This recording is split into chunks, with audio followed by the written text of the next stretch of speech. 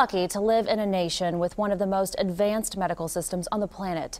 Yet upwards of 500 Americans die every day from preventable medical errors.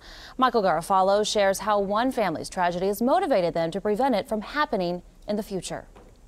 Louise Batts was just 65 years old, a wife, mother, and getting ready to welcome her fourth grandchild into this world when she went in to have what should have been routine knee replacement surgery. She did great. The doctor was very pleased with the new knee that she had. That night, her daughter, Laura Batts Townsend, says she and her dad were told the medication Louise was about to receive. Morphine, Demerol, and Visceral, which are two narcotics and a sedative.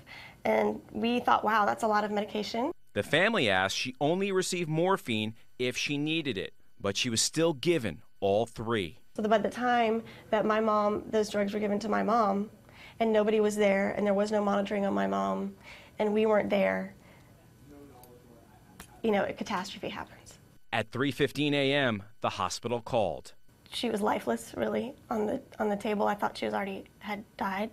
And, you almost, 20,000 knives kind of go through your body all at once. Like, what happened? My mom, I just left her, and I told her goodnight, and I loved her, and she was fine. Louise Batts was revived, but died 11 days later. She was my hero. She was my best friend. The family channeled its grief into learning what had happened. We very quickly realized that my mom had suffered from a preventable medical error. Too much pain medication caused her mother to stop breathing. We began to look into, well, how often does this happen? Does this happen just on an isolated basis? It's very rare, and we found out, no, it happens a lot. One study found as many as 550 people die every day here in the U.S. from preventable medical errors. The numbers are just staggering. The night after Louise's death, her family sat around and wrote out a mission statement for a foundation in her honor.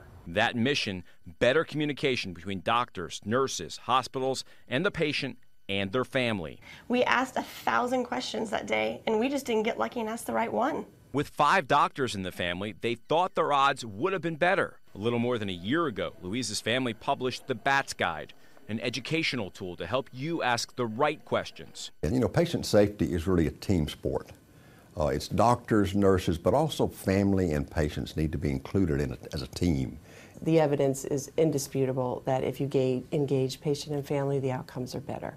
I always say that if I had had this Batts Guide with me, if I could go back in time, my mom would be alive. The Batts app will be available in iTunes next month.